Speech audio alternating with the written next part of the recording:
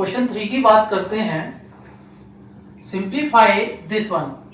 देखिएगा ये square root 6 upon square root 2 plus square root 3 plus 3 square root 2 upon square root 6 plus square root 3 and minus 4 square root 3 upon square root 6 plus square root 2।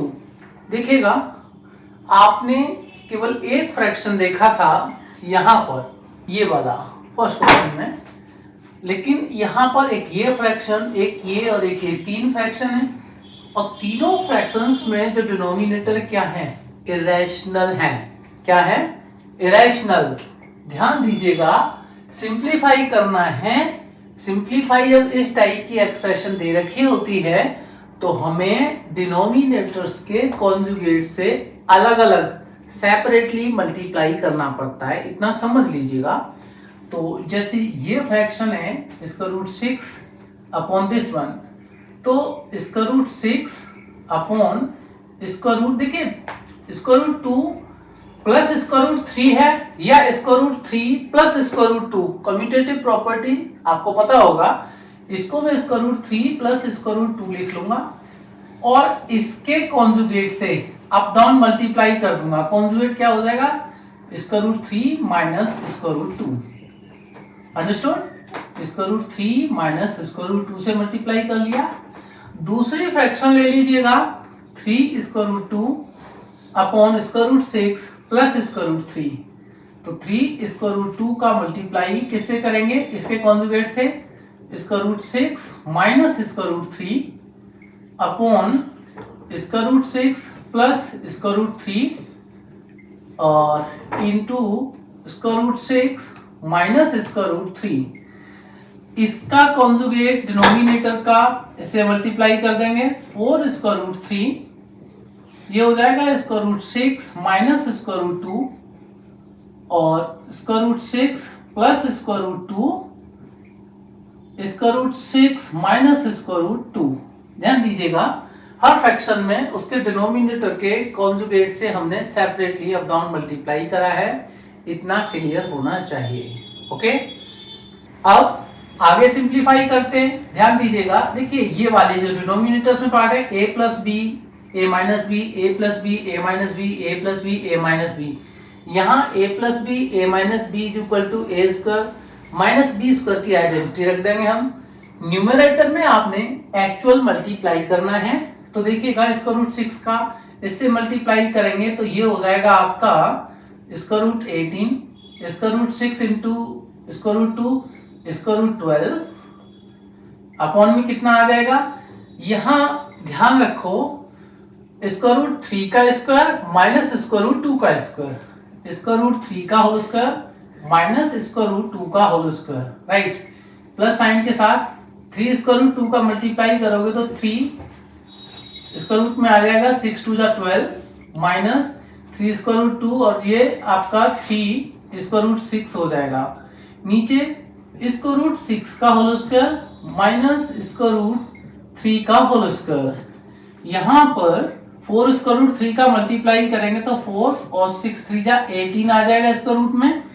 यहाँ ये आपका 4 square root 6 आ जाएगा, 3 2 जा 6 upon में square root 6 का whole square minus square root 2 का whole square. Okay, इतना clear हो रहा है आपका? गुड।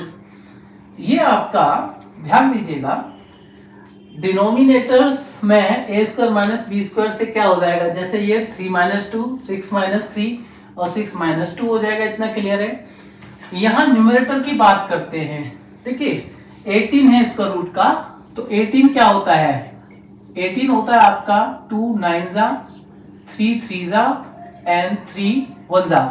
तो 3 दो बार आया ना, 3 3 जा यानी 3 स्क्वायर इंटू 2, तो स्क्वायर रूट 18 क्या हो जाएगा आपका? 3 स्क्वायर रूट 2 हो जाएगा। ध्यान रखना है हमने।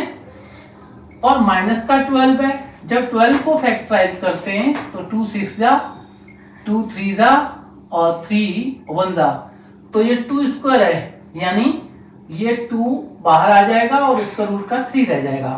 अपॉन में कितना 3 माइनस 2, 3 माइनस 2 प्लस साइन के साथ में स्क्वायर रूट 12 कितना होता है 2 स्क्वायर रूट 3 होता है, तो 3 ऑलरेडी है तो 2 3 जा 6 स्क्वायर रूट 3 आ जाएगा। ये बात आपको समझ में आनी चाहिए। देखिएगा 3 इंटू स्क्वायर रूट 12 है और स्क्वायर रूट 18 यहाँ पर मैंने बताया आपको कितना हो जाता है 3 स्क्वायर रूट 2 हो जाता है, स्क्वायर रूट 12 कितना हो जाएगा 2 स्क्वायर रूट 3 हो जाएगा। ठीक है, तो स्क्वायर रूट 12 2 स्क्वायर रूट 3 है, 3 ऑलरेडी है, 3 टू द 6 और स्क्वायर रूट का 3, और ये आपका माइनस का 3 स्क्वायर रूट 6 ऑलरेडी है, डिनोमिनेटर में 6 माइनस 3 हो जाएगा। कैसे होगा वो आपको समझ में आना चाहिए। ये देखिएगा माइनस साइन के साथ में, वैसे आपको लग रहा है ना 9th स्टैंडर्ड में इतने डिफिकल्ट क्वेश्चन होते हैं क्या सर? भाई होते हैं। अभी आप ओलंपियाड की बात कर लीजिए, क्यों नहीं होते? कोई भी स्कॉलरशिप का टेस्ट दे लीजिए, क्यों नहीं होते? भाई एनसीईआरटी पे चिपके रहोगे तो कहां से दिखेगा? अब तक तो एक एक्सरसाइज इतना करा है ना, तब तक तो उसका एक चैप्टर खत्म हो जाता है, बात खत्म। एक लेक्चर दे दिया, चैप्टर खत्म। लेकिन क्या आपको एक ऐसा यूजफुल कंसेप्ट दिया जाए जो फर्दर इन फ्यूचर काम आए।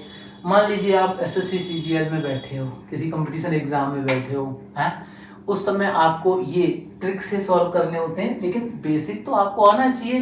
तो आज बेसिक पे काम कर लीजिए ना, ट्रिक भी समझ में आ जाएंगी। ओके, तो पेशेंस रखिएगा, इसको सीखते रहो, साथ साथ नोट डाउन कीजिए, वीडियो पॉज कीजिए, नोट करते रहो, उसके बाद आगे बढ़ो and so on. Square root 18 है, 3 स्क्वायर रूट 2 होता है, तो 3 4 जा 12 ये हो जाएगा और स्क्वायर रूट का 2 ये आ जाएगा। ये आपका माइनस का 4 square root 6, 4 square root 6 upon में क्या हो जाएगा 6 माइनस 2। देखिएगा ये आपका 1, ये 3, ये 4, अंडरस्टूड।